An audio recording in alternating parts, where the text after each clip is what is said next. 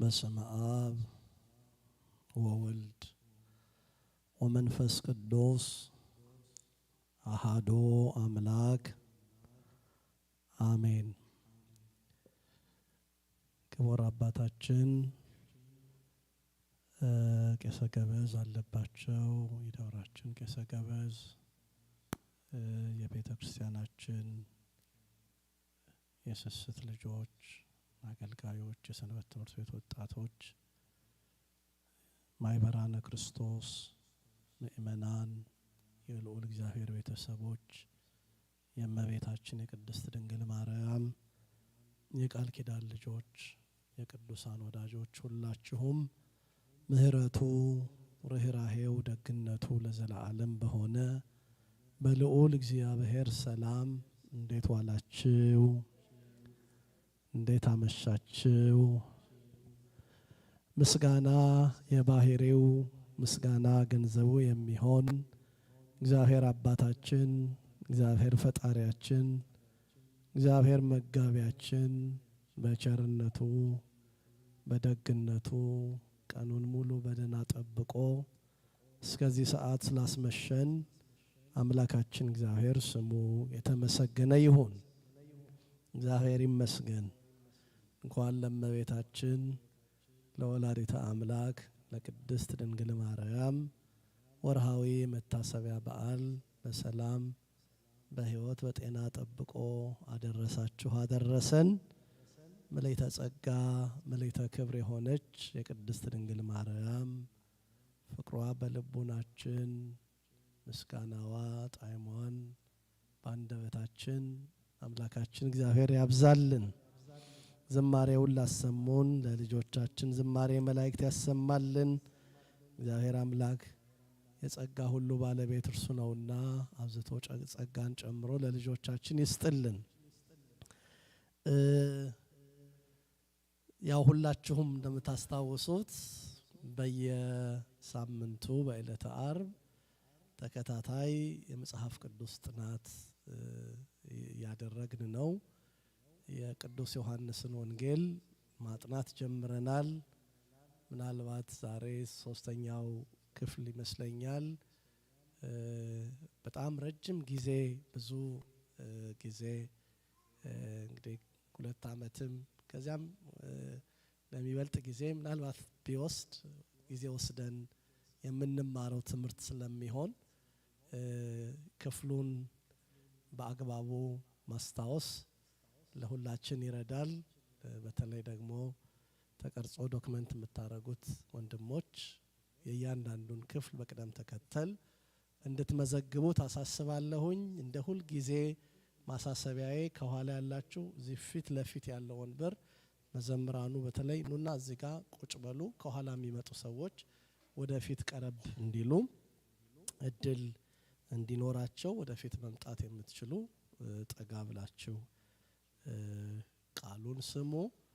ባለፈው ሳምንት ታስታውሱ እንደሆን የቅዱስ ዮሐንስ ወንጌል ምዕራፍ 1 ቁጥር 14 ላይ የሚገኘውን ዋናውን ክፍል በትኩረት ተመልክተናል። ታስታውሳላችሁ። በመጀመሪያው ቃል ነበር እያለ የተናገረው ቅዱስ ዮሐንስ ቁጥር 14 ላይ ቃልም ሥጋ ሆነ ጸጋና እውነት ተመልቶ በእኛ አደረ የሚለውን ቃል በስፋት ጊዜ ሰጥተን ተመልክተናል። ዛሬ ቁጥር 15 ላይ ያለውን ነው የምናየው። ከቁጥር 15 ጀምሮ ያለውን እንደ እግዚአብሔር ፈቃድ ዛሬ እናያለን። እንድታስታውሱት ግን በንባብ አሰማለሁ። ባለፈው ሳምንት ያነሳነው ነጥብ ማለት ነው። ቁጥር 14 ላይ ቃልም ሥጋ ሆነ ጸጋና እውነትንም ተመልቶ በእኛ አደረ፣ አንድ ልጅም ከአባቱ ዘንድ እንዳለው ክብር የሆነውን ክብሩን አየን የሚለውን ባለፈው ሳምንት አይተናል። ዛሬ ቁጥር 15 ላይ ዮሐንስ ለእርሱ መሰከረ እንዲም ብሎ ጮኸ ከሚለው ጀምሮ ያለውን ክፍል ነው የምናነበው። በተቻለ መጠን እንደው በፓራግራፍ እንድናየው ነው የምፈልገው። እንደ ቁጥር ማለት ነው። አንዱን ፓራግራፍ ስንጨርስ ወደ ሌላው እንሻገራለን ማለት ነው። እንዲህ ይላል ቁጥር 15 ላይ ዮሐንስ ለእርሱ መሰከረ እንዲህም ብሎ ጮኸ፣ ከኔ በኋላ የሚመጣው እርሱ ከኔ በፊት ነበረና ከኔ ይልቅ የከበረ ሆኗል። ስለ እርሱ ያልኩት ይህ ነበረ፣ እኛም ሁላችን ከሙላቱ ተቀበልን፣ በጸጋ ላይ ጸጋ ተሰጥቶናልና። ሕግ በሙሴ ተሰጥቶ ነበርና ጸጋና እውነት ግን በኢየሱስ ክርስቶስ ሆነ። መቼም ቢሆን እግዚአብሔርን ያየው አንድስ እንኳ የለም፣ በአባቱ እቅፍ ያለ አንድ ልጁ እርሱ ተረከው ይላል። ስለ ቃሉ የቅዱሳን አምላክ የልዑል እግዚአብሔር ስም የተመሰገነ ይሁን። የተወደዳችሁ የልዑል እግዚአብሔር ቤተሰቦች ምእመናን፣ በማስተዋል ሰምታችሁ እንደሆነ ዮሐንስ ስለ እርሱ መሰከረ እንዲህም ብሎ ጮኸ የሚል ቃል ነው መጀመሪያ ሐሳብ ላይ የተጻፈው። ታስታውሱ እንደሆነ በመጀመሪያው ቀን ጥናታችን ላይ ቁጥር 6 ላይ ከእግዚአብሔር የተላከ ስሙ ዮሐንስ የሚባል እርሱ ስለ ብርሃን ሊመሰክር መጣ የሚል ቃል አይተን ነበር አይደለ? ከማን የተላከ? ከእግዚአብሔር የተላከ ስሙ ማን የሚባል? ዮሐንስ የሚባል እርሱ ስለ ብርሃን ሊመሰክር መጣ የሚል። ዮሐንስ መጥምቅ አስቀድሞ በነቢያት አፍ ትንቢት ተነግሮለት የተወለደ ነው። ዮሐንስ መጥምቅ ገና የእግዚአብሔር መልአክ አባቱን ካህኑን ዘካርያስን ሲያበስረው እግዚአብሔር ልመናውን እንደሰማው ደስታና ሐሴት እንደሚሆንላቸው ልጁ የእግዚአብሔር መንገድ ጠራጊ ወይም ደግሞ የጌታ ምኑ መንገድ ጠራጊ መንግስተ ሰማያት ቀርባለችና ንስሐ ግቡ እያለ ከርሱ በኋላ ስለሚመጣው ጌታ የሚመሰክር እንደሆነ ለዘካርያስ ነግሮት ነበረ። የወይን ጠጅ እንደማይጠጣ እርሱ ከማህፀን ለእግዚአብሔር የተለየ እንደሆነ ደግሞም የህይወቱ ደግሞ የነቢዩ የኤልያስን የሚመስል ህይወት እንዳለው ለካህኑ ለዘካርያስ ነግሮታል አይደለ? ምንድነው ያለው ለዘካርያስ? ወየሐውር በመንፈስ ቅዱስ ወበኃይለ ኤልያስ፣ በመንፈስ ቅዱስና በኤልያስ ኃይል ምን ይላል? ይሄዳል። የሉቃስ ወንጌል ምዕራፍ 1 አውጥታችሁ ብታነቡ በዝርዝር ስለ ዮሐንስ መጥምቅ ሲነግረው ለማን? ለአባቱ ለካህኑ ለዘካርያስ የእግዚአብሔር መልአክ ሲነግረው ከነገረው ነገር ትልቁ ነጥብ ምን ነበረ? በኤልያስ ኃይልና መንፈስ የሚሄድ እንደሆነ የክርስቶስ ወይም የሚመጣው የመሲሁ መንገድ ጠራጊ እንደሆነ ተናግሮለታል። ነቢያትም አስቀድመው ስለ ዮሐንስ ተናግረዋል። በትንቢተ ሚልክያስ ምዕራፍ 4 ቁጥር 6 ላይ የአባቶችን ልብ ወደ ልጆች የልጆችን ልብ ወደ አባቶች ይመልሳል፣ እርሱ መንገድ ጠራጊ ነው ብሎ ነቢዩ ተናግሮለታል። ትንቢተ ኢሳይያስ ምዕራፍ 60 ቁጥር ምዕራፍ 40 ይቅርታ ቁጥር 3 ላይም ቃለ አዋዲ ዘይሰብክ በገዳም፣ ቃለ አዋዲ ዘይሰብክ በገዳም፣ የአዋጅ ነጋሪ ቃል በምድረ በዳ ምን የሚል የሚዞር። በቤተ ክርስቲያናችን ይሄ የሚመታው ቃጭል የቅዱስ ዮሐንስ መጥምቅ ምሳሌ ነው እየተባለ ትምህርት ይሰጣል። ቅዱስ ዮሐንስ ሊመጣ ስላለው መሲህ የተናገረ ነው እና ይሄ ዮሐንስ መሰከረ ብሎ ነው የሚጀምረውና ምስክርነቱን በዝርዝር ያስቀምጣል። ቅድም ባልኳችሁ ነጥብ ላይም እንዳትረሱት ስለ ብርሃን ሊመሰክር መጣ ብሎ ነግሮን ነበርና አሁን ምን አለን? መሰከረ እንዲህም ብሎ ጮኸ። ከእኔ በኋላ የሚመጣው እርሱ አለ። መጀመሪያ ከእኔ በኋላ ምን የሚለው የሚመጣው እርሱ አለ። ዮሐንስ ከጌታ ቀደም ብሎ ነው የመጣው አይደለ? በምን ማለት ነው? ጌታችን በስጋ ማርያም ከመገለጡ በፊት ከዘላለም የነበረ አምላክ ነው። ግን በስጋ ልደት አምላክ ሰው ሆኖ ወደዚህ ምድር በተገለጠ ጊዜ መልአኩ ቅዱስ ገብርኤል ከ6 ወር በፊት ለካህኑ ለዘካርያስ ነግሮት ዮሐንስ በስጋ ልደት ጌታን ስንት ዓመት እንደሚበልጠው አው እንደውም አባቶቻችን ስለ ዮሐንስ ከተናገረ በኋላ ከሁሉ የሚያንሰው እሱ ይበልጠዋል እያለ የሚናገረው ጌታ ነው። ጌታ ከዮሐንስ በስጋ ልደት ምን ይላል? ያንሰዋል አይደለ? ያንሰዋል። በስጋ ልደት ከዮሐንስ 6 ወር ምን ይላል? ያንሳል። ስለዚህ ከኔ በኋላ የሚመጣው ሲል ይሄንን ነው። እመቤታችንንም መልአኩ ሲያበስራት የነገራት ነገር የሉቃስ ወንጌል ምዕራፍ 1 ቁጥር 26 ላይ ምንድነው የሚለው? ወበሳድስ ወር ተፈነወ ገብርኤል መልአክ እምሃበ እግዚአብሔር። በ6ኛ ወር የእግዚአብሔር መልአክ ወደ ማን?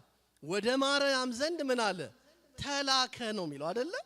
6 ወር በፊት አንድ ነገር ሀፕን አድርጓል ማለት ነው አይደል? እኔ ከ6 ወር በኋላ ከሆነ የመጣው ምን ነበር? ከ6 ወር በፊት ስንል መልአኩን ዘካርያስን አብስሮት ነበር። እዚህ የሉቃስ ወንጌል ምዕራፍ 1 ላይ ሲጀምር የመጀመሪያው ታሪክ ስለ ዮሐንስ መጥምቅ ልደት የሚያወራ ነውና ምን አለ? ከኔ በኋላ የሚመጣው አለ። ጌታችን በስጋ ልደት ከዮሐንስ በ6 ወር ያንሳል፣ ግን ከዘላለም መሆኑን ሲናገር ከኔ በፊት ነበርና አለ። ከኔ በፊት ነበረ አለ። አያችሁ? ከኔ በፊት ነበረ፣ ከዘላለም ነበረ። ዮሐንስ ለአይሁድ የነገራቸው በጥንቃቄ ነው። አይሁድ የመድኃኒታችንን የአምላካችንን የኢየሱስ ክርስቶስን የባህሪ አምላክነት ከዘላለም የነበረ መሆኑን መረዳት በጣም ቸግሯቸዋል። ታስታውሱ እንደሆነ ዮሐንስ ወንጌል ምዕራፍ 8 ላይ ስለ አንዲት ዘማዊት ሴት ጌታ ምሕረት እንዳደረገላት ከሳሶቿን አሰናብቶ አርነት እንዳወጣት ከተናገረ በኋላ በኢየሱስ ክርስቶስ ላይ ብዙ ጥያቄ አይሁድ አንስተውበት ነበር። እንደውም አንድ ክፍል ላይ አንተ ጋኔን አለብህ ብለውት ነበር። ሎቱ ስብሐት ለሱ ክብር ምስጋና ይግባው። አጋንንትን ሁሉ የሚሰድ አጋንንት ያደረባቸውን ሁሉ የሚፈውሰውን ጌታ ምን አለብህ ብለውት ነበር? አጋንንት አለብህ ብለውት ነበር። በዚህ ክፍል ላይ በጣም የሚገርም ነገር ነግሯቸዋል። ከኔ በፊት የነበረ የሚለውን ዮሐንስ የተናገረውን ክፍል ለማጽናት ይሄንን ክርክር በአጭሩ እንድታዩት እፈልጋለሁኝ። እንዲህ ይላል። አይሁድም መልሰው ሳምራዊ እንደሆንክ ጋኔንም እንዳለብህ ማለታችን እኛ መልካም እንል የለምን አሉት። ኢየሱስም መለሰ እንዲህ ሲል እኔስ ጋኔን የለብኝም፣ ነገር ግን አባቴን አከብራለሁ፣ እናንተም ታዋርዱኛላችሁ። እኔ ግን የራሴን ክብር አልፈልግም፣ የሚፈልግ የሚፈርድም አለ። እውነት እውነት እላችኋለሁ ቃሌን የሚጠብቅ ቢኖር ለዘላለም ሞትን አያይም አላቸው። ይሄ ቃል ነው መሰረታዊ። ቃሌን ምን የሚጠብቅ ቢኖር ለዘላለም ሞትን አያይም ብለው ሲላቸው ደነገጡ። አብርሃም ሞተ፣ ነቢያትስ ምን አሉ? ሞቱ። እንዴት እንዲህ ትላለህ አሏቸው። አንተ ከአባታችን ከአብርሃም በውኑ ትበልጣለህ አሉት። አያችሁ? ቃሌን የሚጠብቅ ምን አይልም ብሏቸው ነበር። ሞትን አያይም ሲላቸው ማን ሞተ አሉት? አብርሃም አባታችን ሞተ፣ ነቢያትስ ሞቱ። ስለዚህ አንተ ከአባታችን ከአብርሃም ትበልጣለህን ሲሉት መለሰላቸው። አብርሃም ሳይወለድ እኔ ነበርኩ አላቸው። ማን ሳይወለድ? አብርሃም ሳይወለድ። ክፍሉ ላይ ይደንቃችኋል። በጣም ነው የተቆጡት አይሁድ። እንዲህ አላቸው፣ ዳሩ ግን አውቀዋለሁ፣ ቃሉንም እጠብቃለሁ። አባታችሁ አብርሃም ቀኔን ያይ ዘንድ ሐሴት አደረገ፣ አየም፣ ደስም አለው። አይሁድም ገና 50 ዓመት ያልሞላ አብርሃምን አይተሃልን አሉት። ኢየሱስም እውነት እላችኋለሁ አብርሃም ሳይወለድ እኔ አለሁ አላቸው። ስለዚህ ሊወግሩት ድንጋይ አነሱ ይላል። አሁን እዚህ ክፍል ላይ ዮሐንስ መጥምቅም ለአይሁድ ሲያስረዳቸው በግልጥ ከኔ በኋላ የሚመጣ እርሱ ከኔ በፊት ነበር አላቸው። ከዘላለም የነበረ ነው። በስጋ ማርያም ሲገለጥ ግን ከኔ በኋላ ነው የመጣው። ማለቱ ነው። ይሄን ካለ በኋላ ቀጥሎ ሌላ ሐሳብ ዮሐንስ መጥምቅ ያነሳል። ከኔ በኋላ የሚመጣው እርሱ ከኔ በፊት ነበርና ከኔ ይልቅ የከበረ ሆኗል። ከኔ ይልቅ ምን ያለ? ዮሐንስ የከበረ ነው። ተነጋግረናል ባለፈው ጊዜ። ዮሐንስ ምን ያለ ነው? የከበረ ነው። ዮሐንስ ክቡር ነው። በእውነት መምህረ ወንጌል ነው፣ የሚገስጽ ነው። አባቶቻችን እንደውም የዮሐንስን ትምህርት ሲናገሩ መምህር ወመገስጽ ዘኢያደሉ ለገጽ፣ ፊት አይቶ የማያደላ መምህር ነው። ኤልያስና ዮሐንስ የሚያመሳስል ህይወት ነው ያላቸው። ለዚህ ነው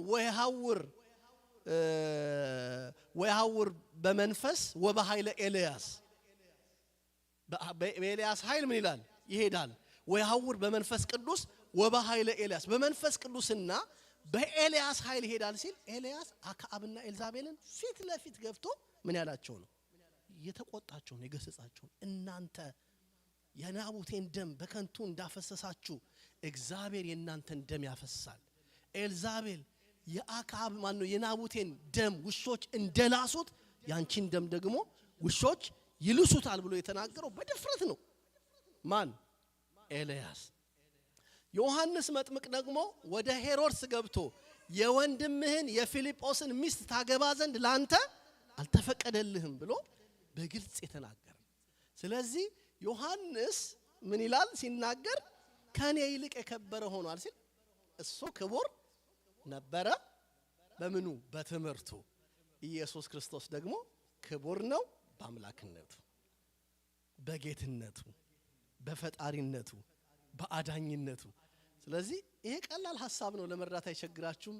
እንደው በደንብ የህይወት መልእክትም እንዲኖረው እንዲዋዛ እናንተም በደንብ እንታስተውሉት ነው እንጂ ጠንከር ያለ ሐሳብ ሆኖ አይደለም። ስለዚህ ከኔ በኋላ የሚመጣ እርሱ ከኔ በፊት ነበርና ከኔ ይልቅ የከበረ ሆኗል።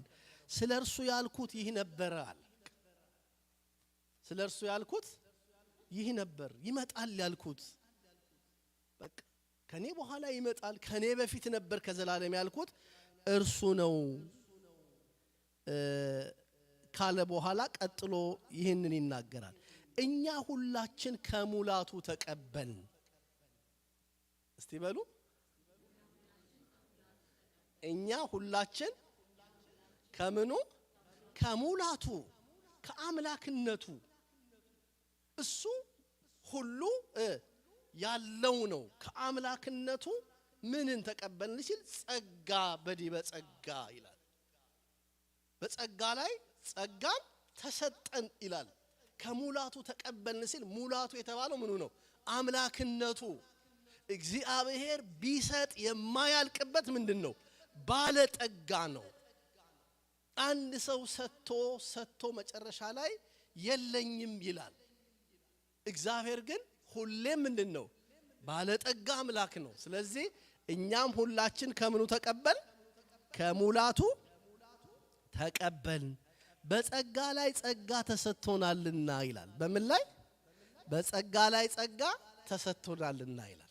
የቤተ ክርስቲያናችን የትርጓሜ ሊቃውን ሲተረጉሙ በጸጋ ላይ ጸጋ ተሰጥቶናል የሚለውን በሶስት በአራት አይነት መንገድ ተርጉመውታል። የመጀመሪያው በብሉይ ኪዳን ላይ ሐዲስ ኪዳን ተሰጥቶናል። ገብታችኋል? በምን ላይ?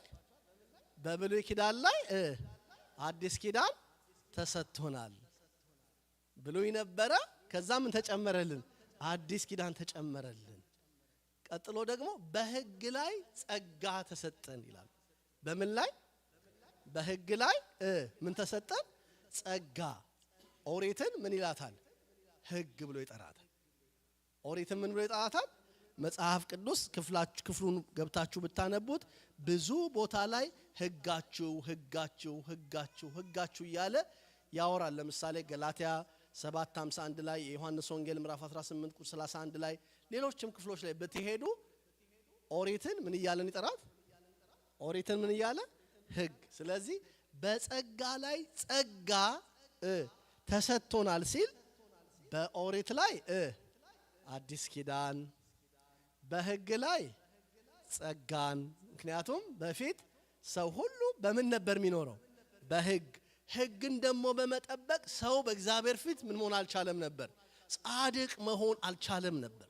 ትልቁ ወዳጆቼ ሕግ እንደ መስታወት ነው።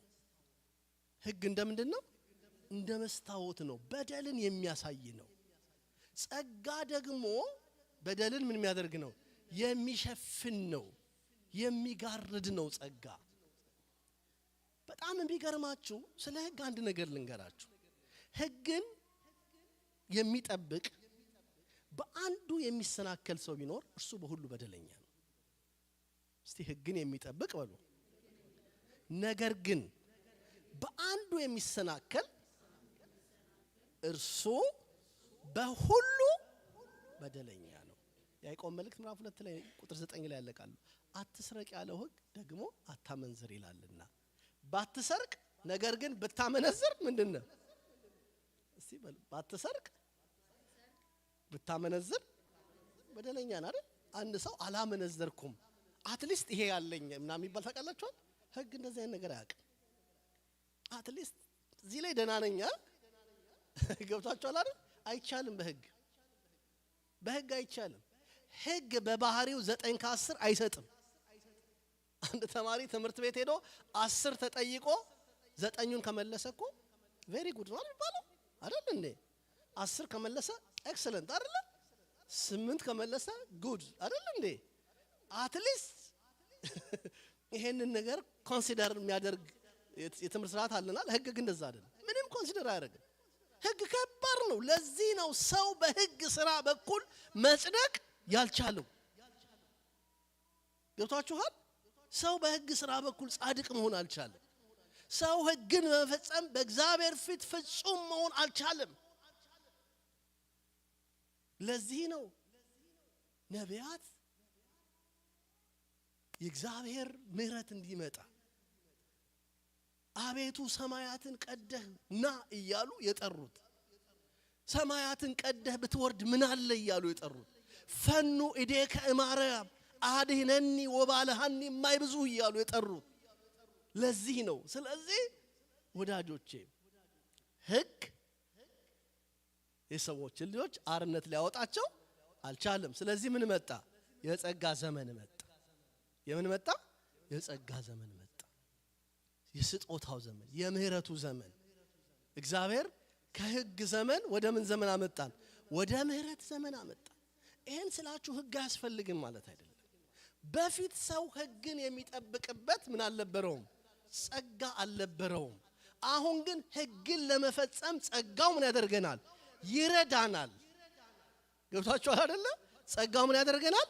ይረዳናል፣ ያግዘናል። ኃጢአትን እምቢ ለማለት ማለት ነው። ትናንትና ግን ሰው ኃጢአትን እምቢ ማለት አይችልም ነበር። ሮሜ 7:18 ላይ ወደ ሌላ ሐሳብ እንዳይሄድብኝ እንጂ ምን ይላል? የምጠላውን ያንን አደርጋለሁ። እስቲ በሉ። የምወደውን ይሄን አላደርግም። የምጠላውን ያንን የማደርግ ከሆነ የምወደውን ይሄንን የማላደርግ ከሆነ አሁን ይህን የማደርገው እኔ አይደለሁም፣ በእኔ ውስጥ ያለ ኃጢአት ነው። አያችሁ? የሚወደውን ማድረግ አይችልም በሉኝ። የሚጠላውን ያንን ያደርጋል። አያችሁ? ሕግ ደግሞ ንቅንቅ አያደርግም። ሕግ ትልቁ ስራው ምን ማድረግ ነው? መክሰስ ነው። አሁን የከተማችን የትራፊክ ላይቶች ጌት አላቸው እንዴ? እንደዚህ የተዘጋ ነገር አለው? ያሳየሃል። ስታልፍ ምንድነው? ኃጢአተኛ ነህ አይደል እንዴ? ስለዚህ ሰው ኃጢአትን እምቢ ለማለት ምን አልነበረውም? ጸጋ አልነበረውም። አሁን ግን በኃጢአት ላይ ምን የምንልበትን እምቢ የምንልበትን ኃጢአትን ምን የምናደርግበትን የምንጠላበትን ስንበድልም የምንናዘዝበትን የልጅነት መንፈስና ጸጋ ምን ብለናል? ተቀብለናል። እና እዚህ ክፍል ላይ ጸጋ የሚለው አንደኛ ብሉይ ኪዳንን ነው፣ ሁለተኛ ሐዲስ ኪዳንን ነው፣ ሶስተኛ በብሉይ ኪዳን መንፈሰ ረድኤት የሚባል ነበር። ማነው መንፈሰ ረድኤት የሚባል ነበር። እግዚአብሔር በመንፈሰ ረድኤት ወይም ደግሞ በምን ቃል ልግለጠው? የእግዚአብሔር እርዳታ በሚል ቃል። መንፈሰ ረድኤት ማለት ምን ማለት ነው? እርዳታ ነው አይደለ? በብሉይ ኪዳን መንፈሰ ረድኤት ነበር።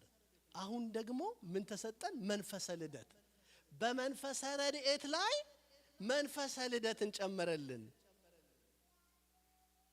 እስቲ የገባው ሰው በመንፈሰ ረድኤት ላይ መንፈሰ ልደት። በእግዚአብሔር እርዳታ ላይ እግዚአብሔር በብሉይ ኪዳን ሰዎችን ምን ያደርግ ነበር? ይረዳ ነበር። አሁን ግን ከዛ በሚበልጠው ምን ሰጠን? መንፈሰ ልደት፣ ልጅ የመሆን ጸጋ ተሰጠን። መንፈሰ ልደት የልጅነት መንፈስ አላችሁ አይደል የሚለው ገላትያ ላይ ትዝ ይላችኋል። አባ አባት ሆይ ብላችሁ የምትጮሁበት የልጅነትን መንፈስ ምን ብላችኋል? ተቀብላችኋል ነው የሚለው። ስለዚህ የልጅነት መንፈስ ተቀብለናል። በመንፈሰ ረድኤት ላይ ምን አገኘን? ጨምሩልኝ እንጂ ምን ነው አጣ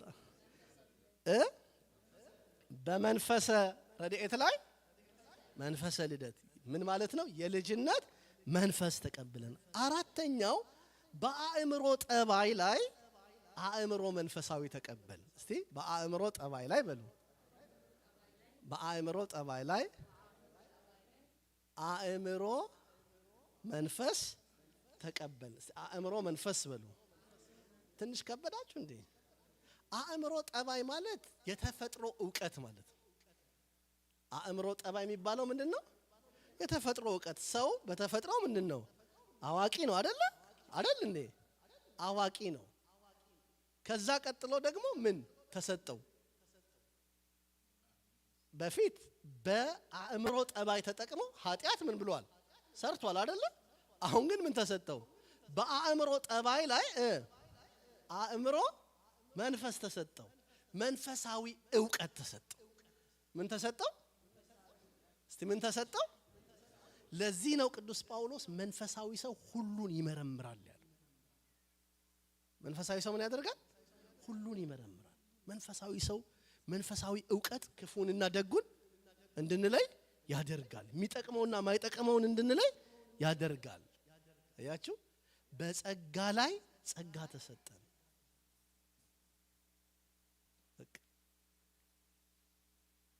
ኢየሱስ ክርስቶስ በመዋዕለ ሥጋዌው ሕጎችን ፈጽሟል ሲባል ሕግ ጠባያዊ፣ ሕግ መንፈሳዊ፣ ሕግ መጽሐፋዊ ፈጸመ ሲባል ታውቃላችሁ? እንደው ሌላ ሐሳብ ነው የጨመርኩላችሁ። ሕግ ጠባያዊ በሉ እስቲ፣ ሕግ መጽሐፋዊ፣ ሕግ መንፈሳዊ። በቃ ሕግ ጠባያዊ የሚባለው የሰው ልጅ በየጥቂቱ ማደግ ምንድነው? ሕግ ጠባያዊ ነው አይደለ? ሰው በየጥቂቱ ምን ያደርጋል? ያድጋል። ኢየሱስ ክርስቶስ ዕለቱን ተወልጄ አላለም አይደለ? በየጥቂቱ አደግ አይደለም የሚለው ዲዮስቆሮስ? በየጥቂቱ አደገ። ቅዱስ ዲዮስቆሮስ የሚለው ይሄንን ነው። በበህቅ ለሄቀ በ30 ክረምት በዮርዳኖስ ተጠምቀ ይላል። ይሄ ሕግ ጠባያዊ። ሕግ መጽሐፋዊ ደግሞ የአይሁድን ሕግ ምን አለ? ተማረ ነው አይደል? እዛው ቁጭ ነው የሚለው። የአይሁድን ሕግ ምን አለ ይላል? ተማረ። በዮሐንስ ዘንድ ምን አለ? ተጠመቀ። እንደዚህ አለ እየተባለ ተጽፎለታል። ወደ መምህር ሄዶ አለ አይደለ እንዴ? ታምረ ኢየሱስ ላይ እንደውም ወደ አንዱ መምህር ሄዶ ጠየቀው። ሲያስተምረው ምን አለው? ምንትኑ ትርጓሜው ለአልፋ አልፋ ማለት ነው ቤጥ ማለት ነው ብሎ ጠየቀው። ከዛ መምህሩ ደነገጠና ሲጠይቀው እንትን አለው፣ ተገረመበት። ከዛ ኢየሱስ ክርስቶስ ቀለሙን ቀላቀለበት ይላል። ወተወሰሃቦቱ ቀለመ ቀይሃ ወጸሊም አይደል የሚለው? ቀይና ጥቁሩን ቀላቀለበት። ከዛ በጥፊ መታው። ለምን ተጸፋኝ አለው። ለምን ተመታኛው? ምትዝብጠኝ ይሳለ። ለምን በጥፊ ተመታኛ? ለምን አትጠይቀኝም አለው። ወፈለጠ ዘዘዚያሁ ለቀይህ ወለጸሊም፣ ቀዩን በቀዩ ጥቁሩን በጥቁሩ መለሰለትና ደነገጠ። ወደ እናቱ ወስዶ ነገራት። ይሄ ነቢያት ስለሱ የተናገሩለት ልጅሽ ነው እንዴ አሏት አይደል? ወሃባ ኢየሱስ ይላል። መጨረሻ ላይ እናቱን በይተሽ ሂጂ፣ ይሄ ከኔ ዕውቀት በላይ ነው ብሎ ለእናቱ ምን አደረገው? አስረከበው እያለ ይናገራልና በጸጋ ላይ ጸጋ ተሰጠን የሚለው በአእምሮ ጠባይ ላይ አእምሮ መንፈሳዊ ተሰጠን ማለት ነው። ከዛ ቀጥሎ የሚለውን ሐሳብ እናያለን። በጸጋ ላይ ጸጋን ተሰጥቶናልና ሕግ በሙሴ ተሰጥቶ ነበርና ይላል። ሕግ በምን? በሙሴ ተሰጥቶ ነበርና ጸጋና ዕውቀት ግን በኢየሱስ ክርስቶስ ሆነ። ሕግ በሙሴ ምን ብሎ ነበር? ተሰጥቶ ነበረ። ሕግ የሚለው ኦሪትን ነው አይደል? ሕግ የሚለው ምን ነው? ኦሪትን ነው። ኦሪት በአጠቃላይ ምን ተብሎ ይጠራል? ሕግ ተብሎ ይጠራል። የሕግ መጽሐፍ ተብለው ከሚጠሩት በመጽሐፍ አከፋፈልም ኦሪት ምን ተብሎ ይጠራል? የሕግ መጽሐፍ ተብሎ ይጠራል። ስለዚህ ሕግ በሙሴ ተሰጠን ካለ በኋላ ግን ጸጋና ዕውቀት በማን? በኢየሱስ ክርስቶስ ሆነልን አላቸው። ሕግ የተባለው ኦሪት ነው። ጸጋና እውነት የተባለችው ደግሞ ወንጌል ናት። ጸጋና እውነት ምንድን ነው? እውነት የተባለው ወንጌል ነው። ወንጌል በመጽሐፍ ቅዱስ ጸጋ እንደሚባል በብዙ ቦታ ተጽፎ እናነባለን። ሮሜ 6:14 ሉቃስ 4:22 የሐዋርያት ሥራ ምዕራፍ 20 ቁጥር 24 ጊዜ ስለሌለኝ ነው። እነኚህን ሁሉ ብታነቡ እንትን ጸጋና እውነት ወንጌል ተብለው እንደተጠሩ ወይም ወንጌል እውነት ነው የተባለ እንደተጠራ እንመለከታለን። በዚህ ሁሉ ክፍሉ ውስጥ ማለት ነው። በዚህ ሁሉ ክፍሉ ውስጥ እነኚህን ነጥቦች በቅደም ተከተል መመልከት እንችላለን። ስለዚህ ሕግ በሙሴ ተሰጠ፣ ጸጋና እውነት ግን በማን ሆነልን? በኢየሱስ ክርስቶስ ሆነልን። ወንጌል እውነት ተብሎ ተጠርቷል። የዮሐንስ ወንጌል ምዕራፍ 8 ቁጥር 45 ላይ፣ የዮሐንስ ወንጌል ምዕራፍ 18 ቁጥር 37 ላይ ስትሄዱ እውነት ተብሎ ወንጌል ተጠርቷል። በፊት ሕግ ነበር። አሁን ደግሞ ምን? ጸጋና ዕውቀት የተባለው ጸጋና እውነት የተባለው ምን?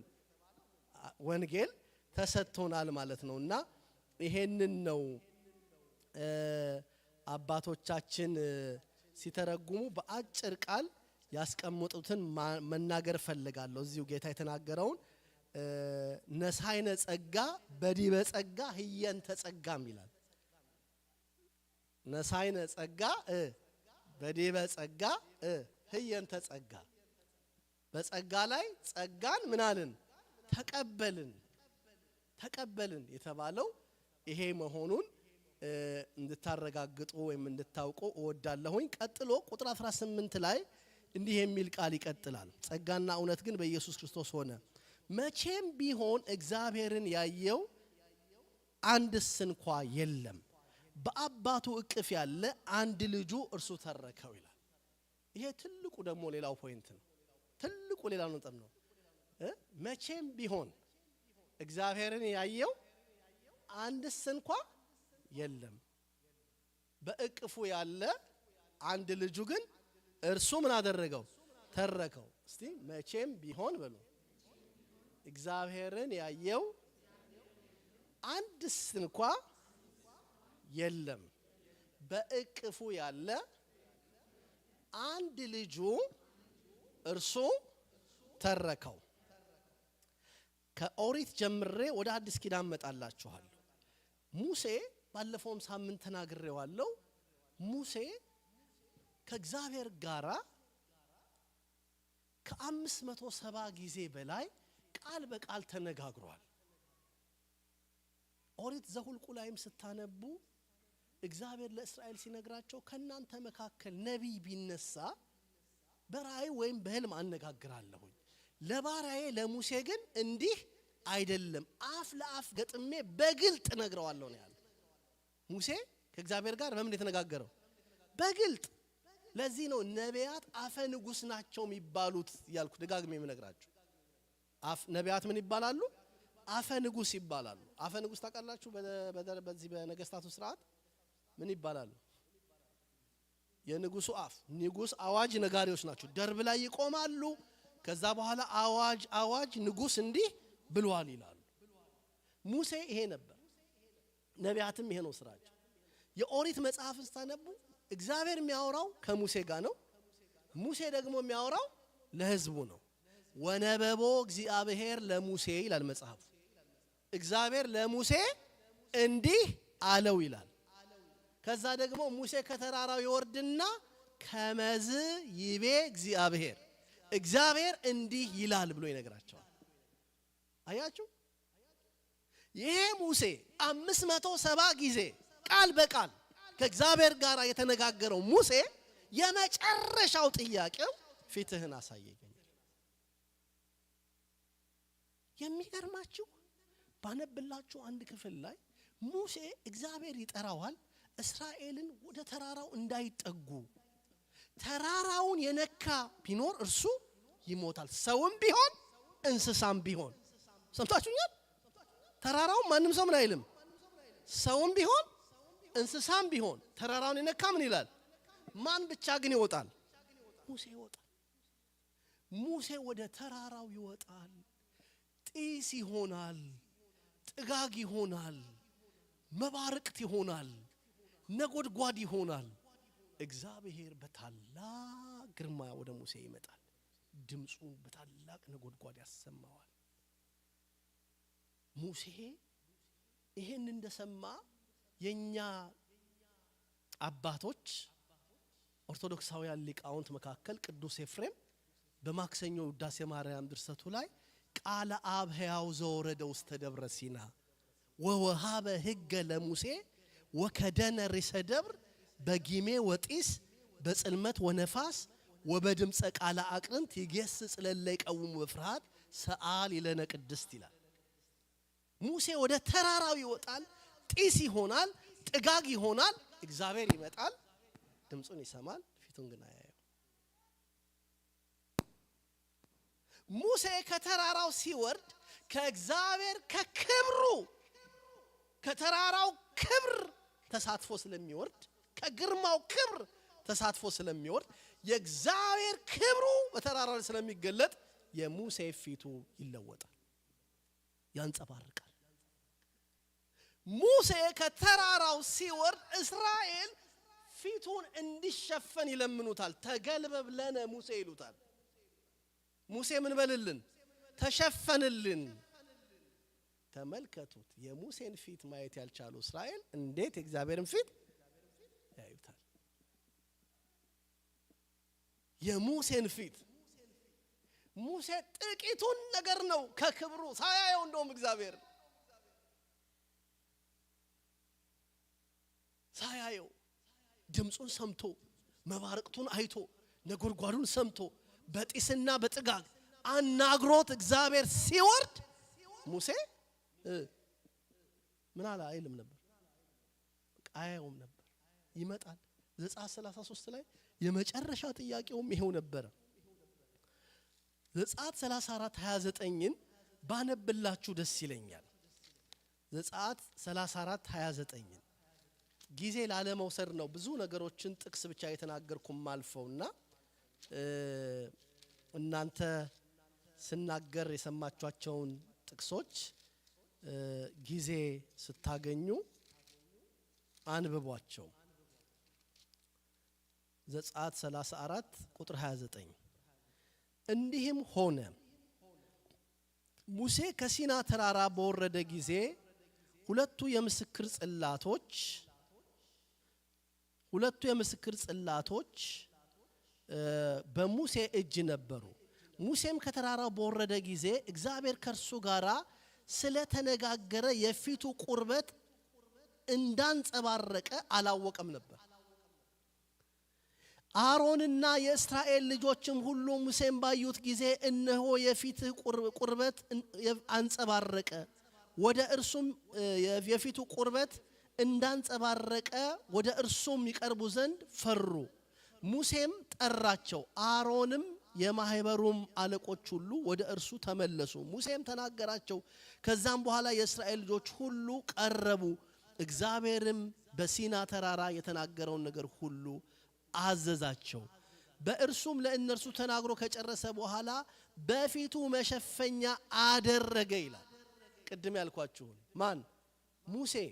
ይሄ ሙሴ እግዚአብሔርን ምን አላለው? አላየው።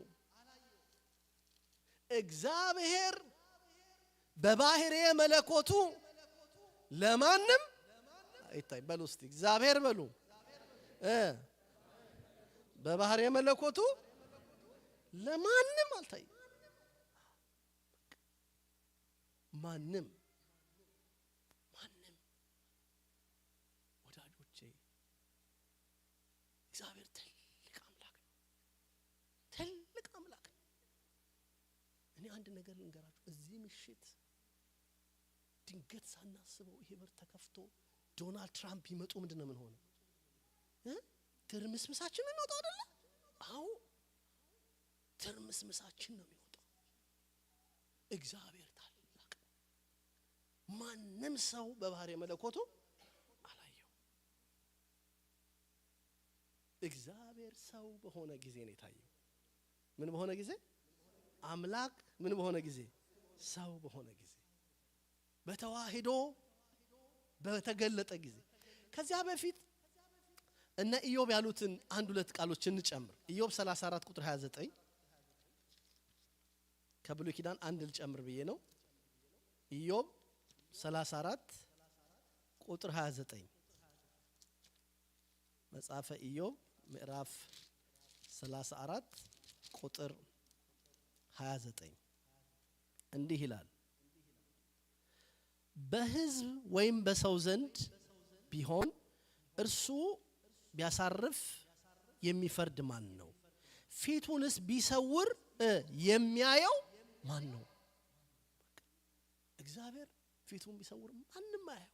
ዳዊት መዝሙር 17 ቁጥር 11 ላይ መሰወሪያውን ጨለማ አደረገ ይላል። በቃ እግዚአብሔር ማንም ምን አይለውም፣ አያየውም።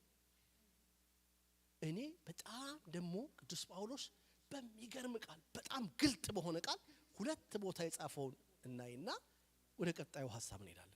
አንደኛ ጢሞቴዎስ ምዕራፍ 6 ቁጥር 16ን አውጡ። አንደኛ ጢሞቴዎስ ምዕራፍ 6 ቁጥር 16 ላይ እንዲህ ይላል፣ እርሱ ብቻ የማይሞት ነው። እስቲ በሉ። አይሰማም? ኩራት ነው እንዴ? እስቲ በሉ። ማንም ሊቀርበው በማይችል ብርሃን ይኖራል። ማንም ሊቀርበው በማይችል ብርሃን ይኖራል። አንድ ሰው እንኳን አላየውም፣ ሊያየውም አይቻለውም። ለእርሱ ክብርና ምስጋና ለዘላለም ይሁን ይላል። አንድ ሰው እንኳን ሊያየው አይችልም።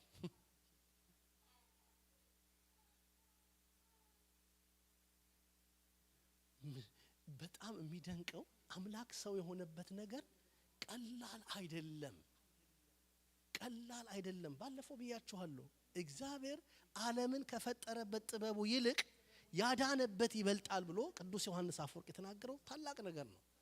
ቅዱስ ኤፍሬምም ውዳሴ ማርያም ላይ ተፈሳ ወተሐሰይ ኦ ዘመደጓ ለማየው አይደለም የሚለው እስመ አፍቀሮ እግዚአብሔር ለዓለም ወመጠወ ወልዶ ዋሄደ ከመ ይሄው ኩሉ ዘያምን ቦቱ እስከ ለዓለም ፈነወ ለነ መዝራይቶ ልዑለ ሰዓሊ ለነ ቅድስት የሚለው ይሄን የሰው ልጅ ወይ ፈጽሞ ደስ ይበል እግዚአብሔር ዓለሙን ወዶታልና።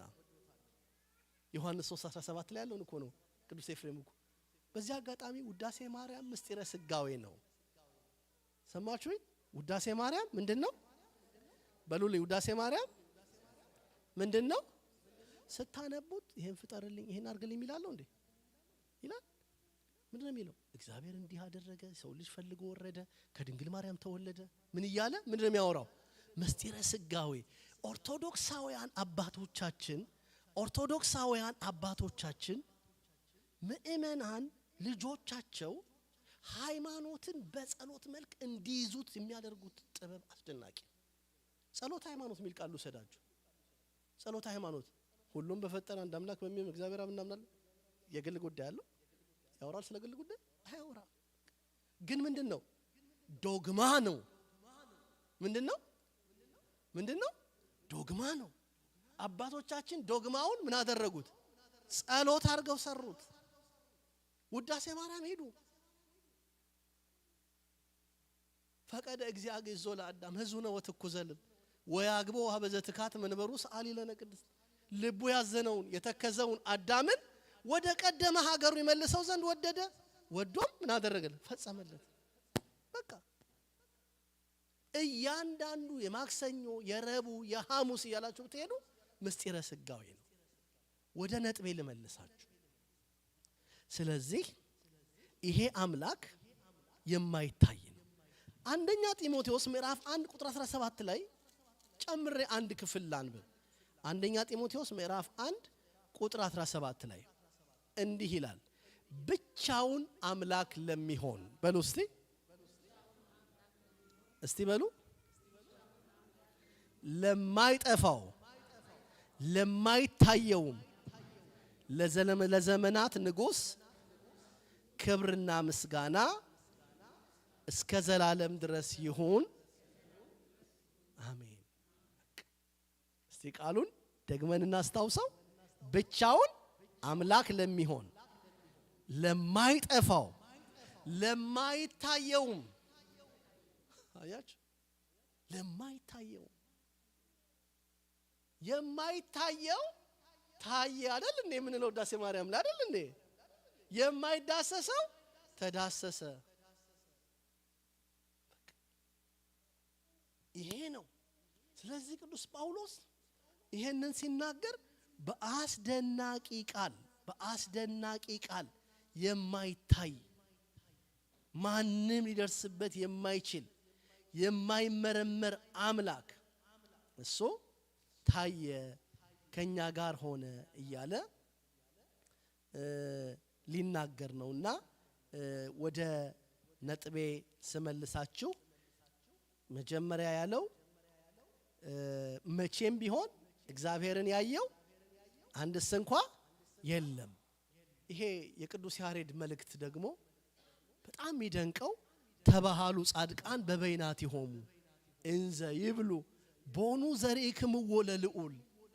ጻድቃን ተባባሉ፣ ተመካከሩ እርስ በርሳቸው ከናንተ መካከል ልዑልን ያየው አለ ምናም ተባባሉ። ኢሳይያስ እጁን አወጣ። መቼም ቅዱስ ያሬድ በጣም የሚገርማችሁ የሚያስተምረው በጣም በአስደናቂ ሁኔታ በቃለ አውስኦ ነው። አባታችን የቃለ አውስኦ ማለት ምንድነው? አውስኦ ሲል ዲያቆኑ ምን ማለት ነው? ተሰጠው መልሱ አላል። በምን ቃል ማለት ነው? በመነጋገር ነው። አንድ ጊዜ የዕለተ ዓርብ ላይ ቅዱስ ያሬድ ምን አድርጎ ይጠይቀዋል? ፈያታዊ ዘየማንን ኦ ፈያታዊ ዘየማን መኑ መሐረከ ወመኑ ነገረከ ታይምር ዘንተ። ይሄንን ካንተ ጋር ተዋርዶ የተሰቀለውን ከወንበዴዎች መካከል የተሰቀለውን ተዘከረኒ እግዚኦ በውስተ መንግሥትከ እንድትለው ማን አስተማረ? ከማን ተማርክ? ዓርብ ዕለት የዋለው ችሎት እንደ አንድ ተራ ሰው ቆጥሮ በአምላኩ ላይ ጨክኖ ሰቅሎታል። አንተም ፍርደኛ ነህ። ከማን ተማርከው? እንዴት ያለ አብርሆት ነው! እንዴት ያለ መገለጥ ነው! ኦ ፈያታዊ ዘየማን መኑ መሐረከ ወመኑ ነገረከ ታይምር ዘንታ ሲለው ቅዱስ ያሬድ ይመልስ። ማን ነው ፈያታዊ ዘየማን ይመልሳል? በቅዱስ ያሬድ የድርሰት ስልት ማለት ነው። ገብታችኋል አይደለ? የድርሰቱ ስልት ምንድነው? የሚያናግር የሚያወያይ ነው። ነቢያተ ኢሃተትኩ ይላል ወሐዋርያተ ኢተለውኩ። ነቢያትን አልጠየቅኳቸውም ሐዋርያትንም አልተከተልኩም። ታዲያ ከየት ሰማ ሲሉት አላ ፀሐይ ቀጸበተን ያለ ቀጸበተን ይዋል ጠቀሰችኝ ማለት ነው። ምን ስትሆን ማለት ነው? ስትጨልም ጨረቃ ደም ሲሆን ፀሐይን ሳያት ጨረቃን ሳያት የአምላኳን እርቃን ለመሸፈን እንደዚያ ስትሆን በዘርኢኩ አመንኩ አለ። ባየሁት አመንኩ። ኃይለ መስቀሉ መድኃኒተ ኮነን፣ የመስቀሉ ኃይል መድኃኒት ሆነ። ዛሬ ቤተክርስቲያን መጋረጃ የምትዘጋው የፀሐይና የጨረቃን ደም መሆን የከዋክብትን መርገፍ ምሳሌ ነው። ምስጢረ ቁርባኑ ሲፈጸም አኮቴተ ቁርባኑ ሊደረስ ሲል ተዘከረነ ሲባል ልክ ፈያታዊ ዘየማንን በመናስብበት ሰዓት መንጦላይቱ ምን ታደርጋለች? ቤተክርስቲያን ትዘጋለች።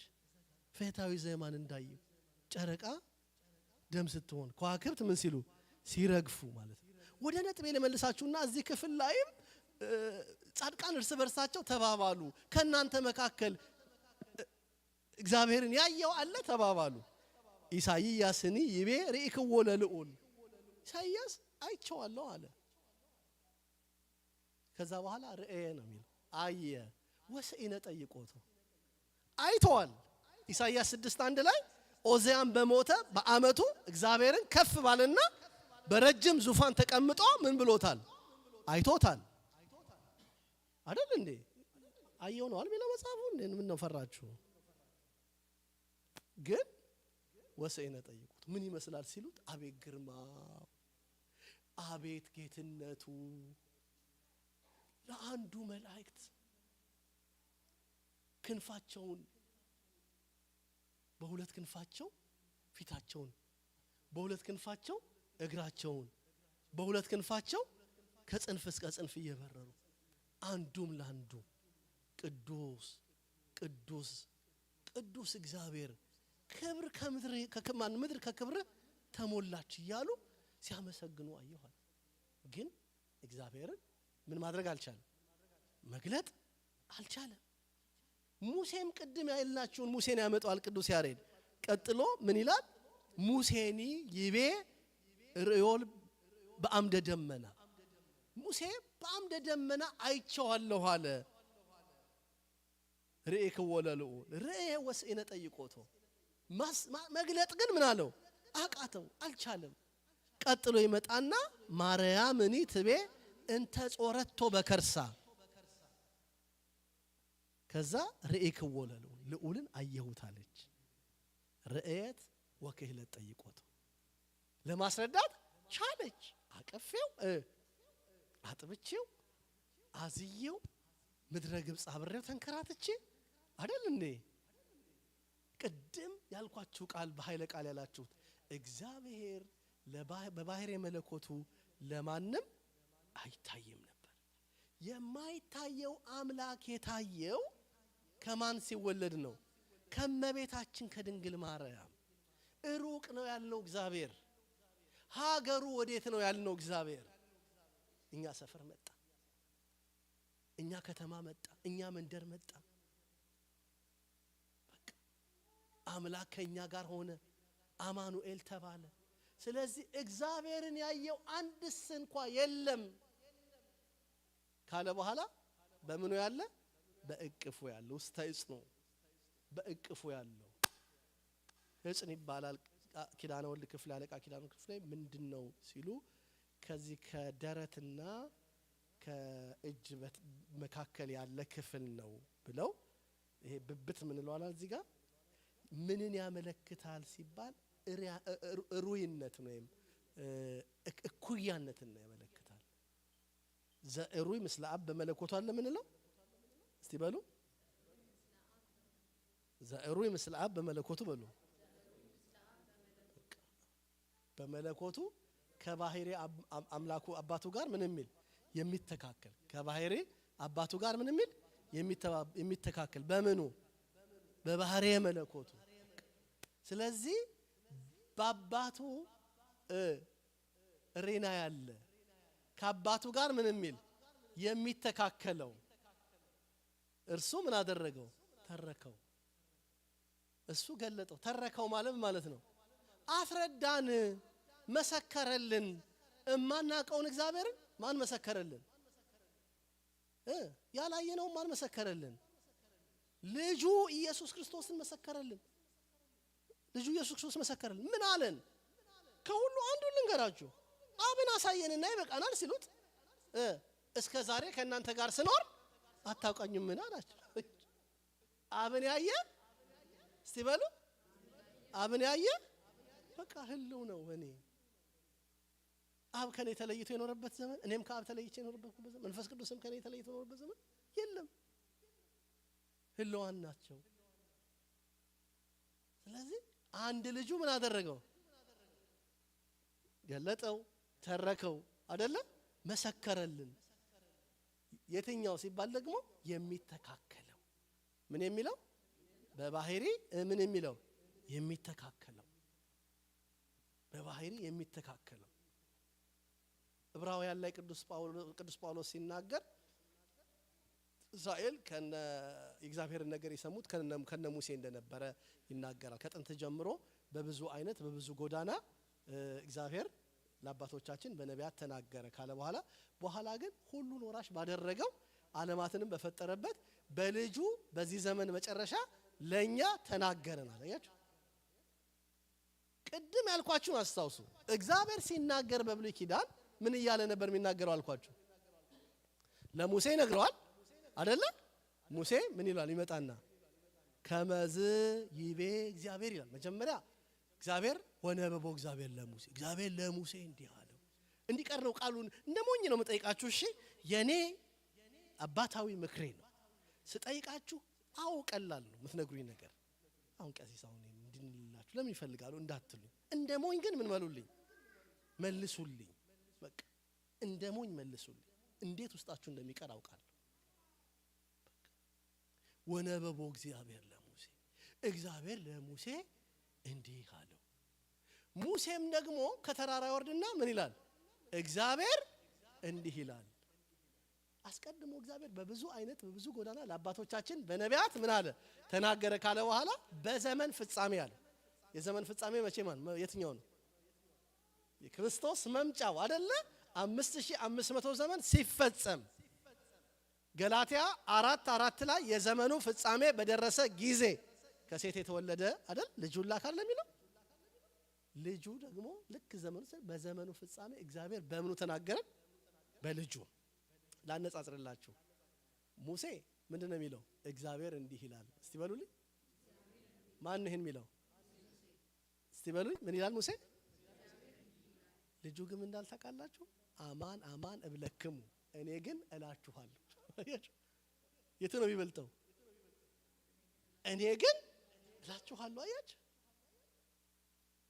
የሚደንቀው መምጣት የትኛው ነው የኢየሱስ ክርስቶስ መምጣት እውነት እላችኋለሁ እኔ ግን እላችኋለሁ አይደል የሚለው እንደምንድን ነው ማለት ነው ይናገረው ባለስልጣን ገዥ አምላክ ጌታ መሆኑን እናያለን ከዛ በኋላ ይሄ ጌታ ኃጢአታችንን በደሙ ካነጻ በኋላ ይልና በግርማው ቀኝ ምን አለ አያችሁ ውስተ ህጽኖ የሚለውን ወይም ደግሞ በቅፎ ያለውን በደንብ የሚያምራራልን በግርማው ቀኝ ምን ያለ በግርማው ቀኝ የተቀመጠ በሉ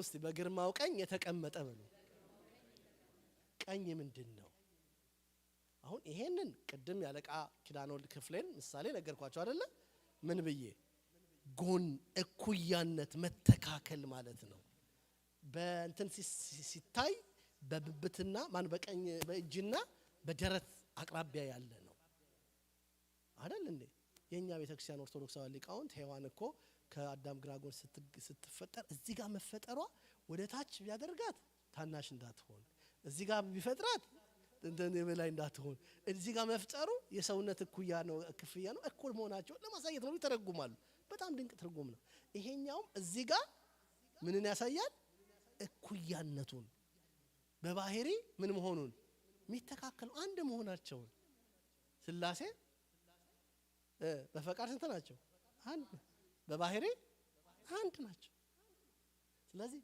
በግርማው ቀኝ ተቀመጠ ማለት በጌትነት ከርሱ ጋራ ምን የሚል የሚተካከል ማለት ቀኝ ማለት ጌትነትን ያመለክታል ቀኝ ገዥነትን ያመለክታል እና ይሄን ነጥብ ያዙልኝ ይሄን ካልን በኋላ ወደ አንድ ቀጣይ ሐሳብ እወስዳችኋለሁ ምንድነው የሚለው መቼም ቢሆን እግዚአብሔርን ያየው አንድስ እንኳን የለም በአባቱ እቅፍ ያለው አንድ ልጁ እርሱ ምን አደረገው ተረከው ነው የሚለው ተረከው ከዛ ቀጥሎ ይሄ እግዚአብሔር ማይታይ ነው የሚለውን አባ ሕርያቆስ የተናገረውን ደግሞ አንድ ብጠቅስ ደስ ይለኛል ቅዳሴ ማርያም ላይ አኮ ዘቦቱ ለመለኮት ዘበላይሉ ጠፈር ወበዘታይቱ መሰረት አላ ጠፈር ውእቱ ወመሰረት ውእቱ ለመለኮት በላይ ጠፈር በታችም መሰረት ያለው አይደለም ጠፈሩ እርሱ መሰረቱም እርሱ ነው አሁን ይሄ እግዚአብሔር ሁሉ በሁሉ ሲሆን ግን ሰው ምንም አይለው ያላየው ያልደረሰበት የማይታይ አምላክ መሆኑን ለማመልከት ነው ከዛ ቁጥር 18 ላይ በአባቱ ቅፍ ያለው አንድ ልጅ ተረከው የሚለውን አይተናል ከዛ ቀጥሎ የምናያቸው ነጥቦች አሉ ይሄ እዚህ ላይ መጨመር የምፈልገውን ጥቅሶች ውሰዷቸው ዮሐንስ 14:8 ነው ዮሐንስ 8:16 ነው ዮሐንስ 16:32 ነው ዮሐንስ 10:30 እኔና አብ አንድ ነን የሚለውን እዩ አንድ ልጁ ምን አደረገው የሚለውን ተረከው የሚለውን ቃል በስፋት ይገልጣል ከዛ በኋላ አይሁድ አንተ ማነህ አሉት የሚል ክፍል አለ እሱን ሳምንት ብናየው ደስ ይለኛል ቁጥር 19 አይደለ አይሁድ አንተ ማነህ ብለው ይጠይቁት ዘንድ ከኢየሩሳሌም ካህናትና ሌዋውያን በላኩ ጊዜ የዮሐንስ መልስ ይሄ ነበር ይላል ወደሱ ላኩበት የላኳቸው ሁለት ነገሮች ወገኖች ናቸው አንደኛው ካህናት ሁለተኛው እቺ ልዩነት ብቻ ልንገራችሁ ማታ ይዛችኋቸው እንድትሄዱ ካህናትና ባሉ ካህናትና